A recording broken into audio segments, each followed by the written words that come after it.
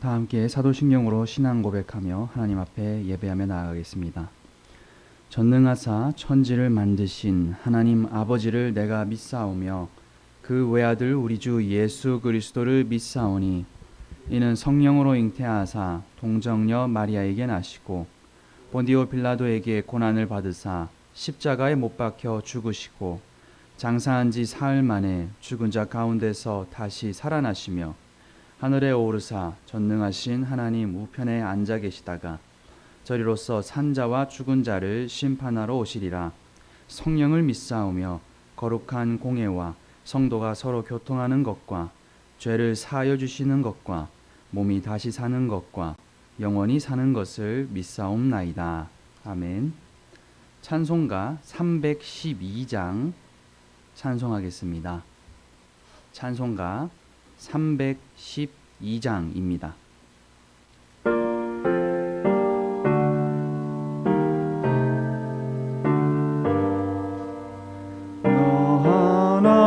하나님께 이끌리오 일평생 주만 바라면 너 어려울 때 힘 주시고 언제나 지켜주시리.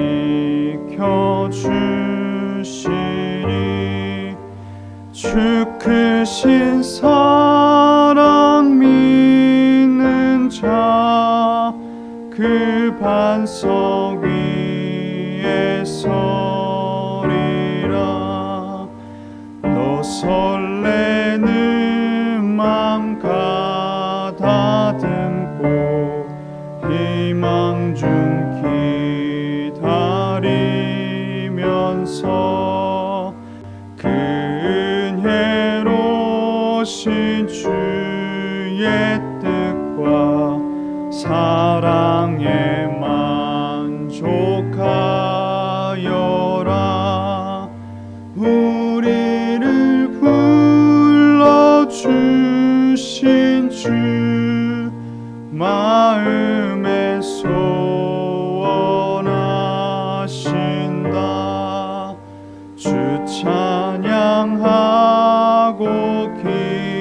기도하며 내 본분 힘써 다하라.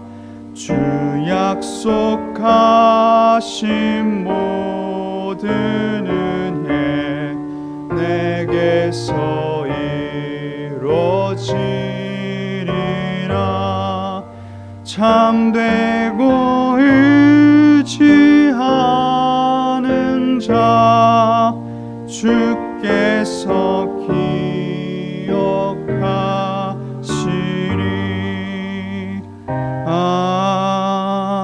아멘. 오늘 우리에게 주시는 하나님의 말씀은 사무엘하 7장 1절에서 17절까지의 말씀입니다. 사무엘하 7장 1절에서 17절까지의 말씀입니다. 제가 가진 성경으로 472면에 있습니다. 사무엘하 7장 1절에서 17절의 말씀, 저와 여러분이 한 절씩 교독한 후에 마지막 절은 함께 읽도록 하겠습니다. 여호와께서 주위의 모든 원수를 무찌르사 왕으로 궁에 평안히 살게 하신 때에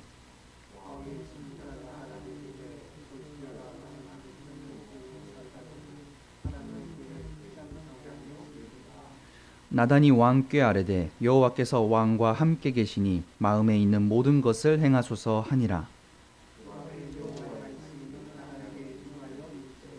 가서 내 종 다윗에게 말하기를 여호와께서 이와 같이 말씀하시되 내가 나를 위하여 내가 살 집을 건축하겠느냐.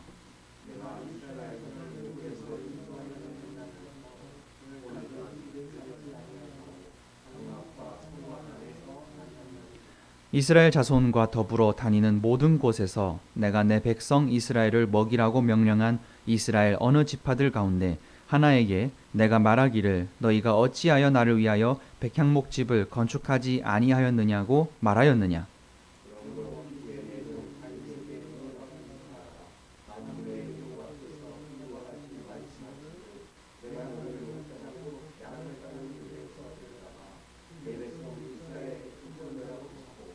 내가 가는 모든 곳에서 내가 너와 함께 있어 내 모든 원수를 내 앞에서 멸하였은즉 땅에서 위대한 자들의 이름같이 내 이름을 위대하게 만들어 주리라.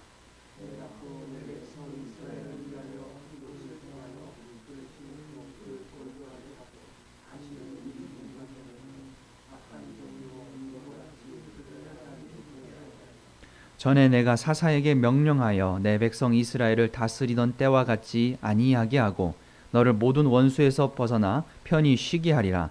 여호와가 또 내게 이르노니 여호와가 너를 위하여 집을 짓고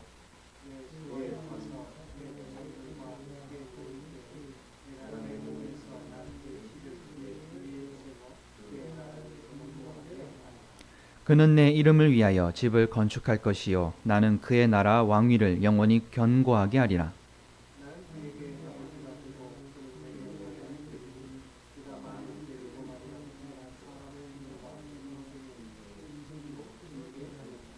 내가 내 앞에서 물러나게 한 사울에게서 내 은총을 빼앗은 것처럼 그에게서 빼앗지는 아니하리라.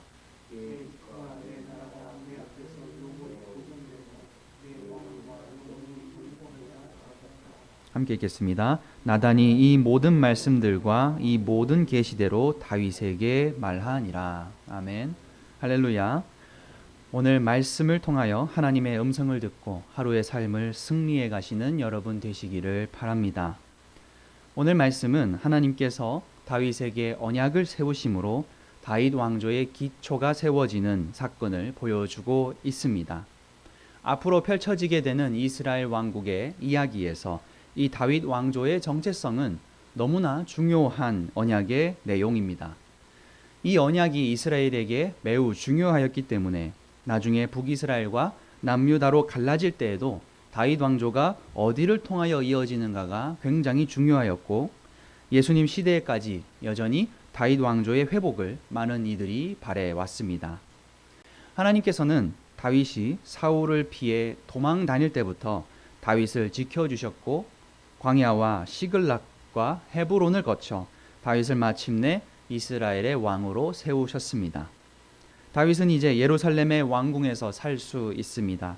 그리고 법궤를 여러 시행착오를 겪으며 마침내 예루살렘으로 옮기게 되었습니다.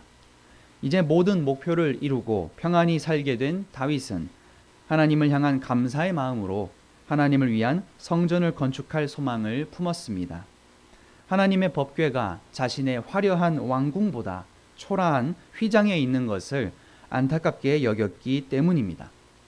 그래서 다윗은 나단 선지자에게 자신은 백향목으로 지은 궁에서 사는데 하나님의 궤는 휘장 가운데 있다며 성전을 건축하려는 의지를 에둘러 표현하였습니다. 다윗의 말에 나단은 여호와께서 다윗과 함께 계시니 뜻대로 하라 라고 말했습니다. 그런데 나단이 조언했던 그날 밤 하나님의 신탁이 그에게 임하였습니다. 오늘 본문의 말씀은 바로 하나님께서 나단 선지자에게 다윗에게 전하라고 하시는 말씀의 내용입니다. 하나님은 다윗이 성전을 건축하는 것을 허락하지 않으십니다.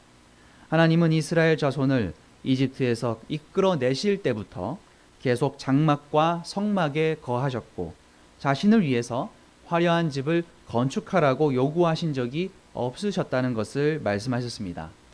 하나님께서는 장막이든 성막이든 어느 건물보다도 이스라엘 가운데 함께 하는 것을 더 중요하게 생각하신 것입니다. 하나님께서 성전 짓는 것을 막으시는 의도가 무엇이겠습니까? 성막은 하나님이 이스라엘 가운데 임하시고 그들과 함께 하심을 상징하는 장소입니다. 그리고 제사를 통해 하나님과 화목해지고 평화를 누리는 공간입니다. 곧 성막은 하나님이 필요로 하는 장소가 아니라 하나님의 언약 백성인 이스라엘이 하나님과 소통하고 하나님과 관계 맺기 위하여 필요한 장소인 것입니다. 하나님이 진정 바라시는 것은 화려한 성전이 아니라 진정으로 하나님을 경외하고 예배하는 사람이었습니다. 성전을 건축하고 싶다는 다윗의 마음을 하나님은 기쁘게 받으셨습니다. 성전 건축을 허락하지는 않으셨지만 다윗에게 놀라운 은혜의 언약을 주셨습니다. 그 언약은 바로 영원한 왕조였습니다. 하나님께서는 작은 양떼를 지키던 목동 다윗을 이스라엘의 주권자, 하나님의 양들을 지키는 목동 역할을 하도록 부르셨습니다. 그리고 하나님께서는 어디를 가든 그와 함께 하셔서 그 이름을 위대하게 하셨습니다. 또한 이스라엘이 약속의 땅을 차지하여서 흔들리지 않게 하시고 사사시대와 달리 모든 원수들이 다윗이 다스리는 이스라엘을 흔들지 못할 거다라고 말씀하십니다. 하나님은 11절에서 오히려 다윗을 위하여 집을 지어주겠다라고 말씀을 하십니다. 여기서 집을 의미하는 히브리어 바트는 가족이라는 의미도 있습니다. 곧 하나님께서는 다윗의 왕조를 세워주겠다는 약속을 하신 것입니다. 하나님은 백향목으로 짓는 성전보다 다윗의 진실한 마음을 기뻐하셨고 그에게 놀라운 복을 약속해 주셨습니다. 하나님은 이어서 다윗의 마음에 대한 답변을 하십니다. 성전은 다윗이 아니라 그의 아들이 지을 것이고 하나님께서는 그의 왕위를 영원히 견고하게 하리라 약속하신 것입니다. 이후에 왕이 죄를 범할 때에 징계를 하시겠지만 적어도 사울처럼 그 왕조를 무너뜨리지는 않겠다라고 약속하셨습니다. 다윗의 왕조는 위기를 겪거나 약해질 수는 있습니다. 그러나 그의 왕조는 끊어지지 않고 영원히 이어지게 됩니다. 이 예언은 인간의 눈으로 볼 때에는 실현되지 않았습니다. 다윗을 이어서 그의 아들 솔로몬이 왕이 되고 성전을 지었지만 이후에 예루살렘이 바벨론의 침공으로 점령되었을 때 성전이 파괴되고 다윗의 왕조는 다시 일어서지 못하였습니다. 하지만 하나님은 사람의 눈에 보이는 형태의 왕위와 성전이 아니라 다윗의 후손 예수 그리스도를 통한 영원한 하나님 나라의 통치와 성전을 회복시키셨습니다. 신약 성경은 예수 그리스도의 성육신과 십자가, 부활 사건을 통하여 다윗의 후손을 통한 하나님 나라의 완성이 비로소 성취되었음을 우리에게 선언하고 있습니다. 그리고 예수님께서 다시 오시는 날 우리는 영원한 도성이 세워지는 것을 보게 될 것입니다. 성전은 하나님이 함께 하신다는 구속의 역사를 보여주는 상징물이었습니다. 그런데 그 의미가 이제 성도 안에 하나님의 영이 거하심으로 모든 성도들 하나하나가 성전으로 변화하게 됩니다. 우리가 예수 그리스도를 내 안에 모실 때에 우리 모두가 하나님이 약속하신 영원한 왕위를 이어가게 되는 것입니다. 그리고 하나님께서는 오늘날까지 교회를 통하여 그 나라를 지속적으로 확장시켜 나가고 계십니다. 이처럼 하나님은 진실한 마음으로 섬겼던 다윗을 사용하셔서 영원한 언약을 성취하십니다. 오늘 우리는 말씀 속에서 하나님의 언약이 무엇인지를 정리해 볼 필요가 있습니다. 바로 하나님께서 우리를 성전으로 세우시고 지키신다는 것입니다. 우리가 성전으로 세워졌다면 법궤의 역할을 담당하는 말씀이 우리 가운데 있어야 합니다. 그 말씀이 우리 가운데 있지 않다면 우리는 성전의 역할과 소명을 감당할 수 없습니다. 또한 하나님께서는 우리를 사랑하셔서 우리가 말씀에서 어긋날 때에는 가만두지 않으십니다.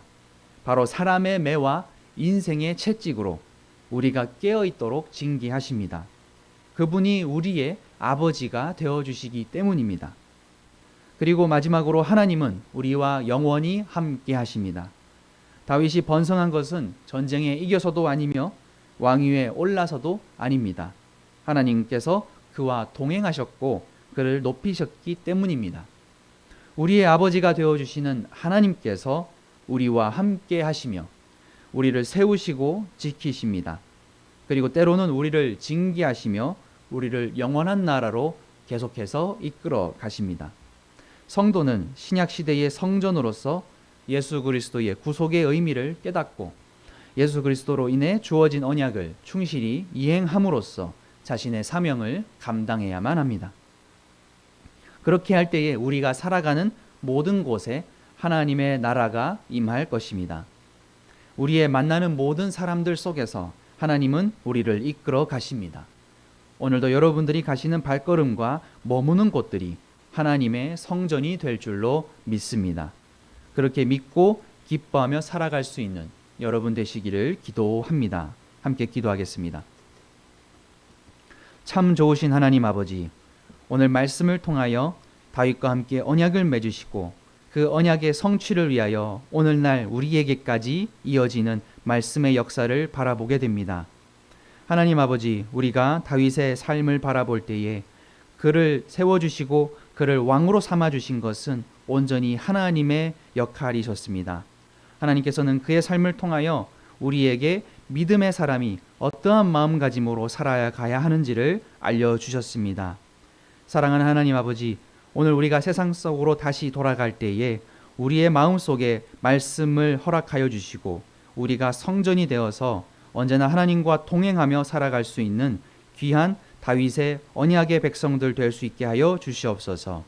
예수 그리스도께서 그 다윗의 언약을 성취하기 위해 십자가에 달리심을 기억하게 하시고 그 언약이 우리에게 이어지고 우리가 하나님 나라의 백성으로서 부끄럽지 않은 하나님의 백성이자 하나님의 자녀로서 세상 가운데 승리할 수 있도록 우리를 이끌어 주시옵소서.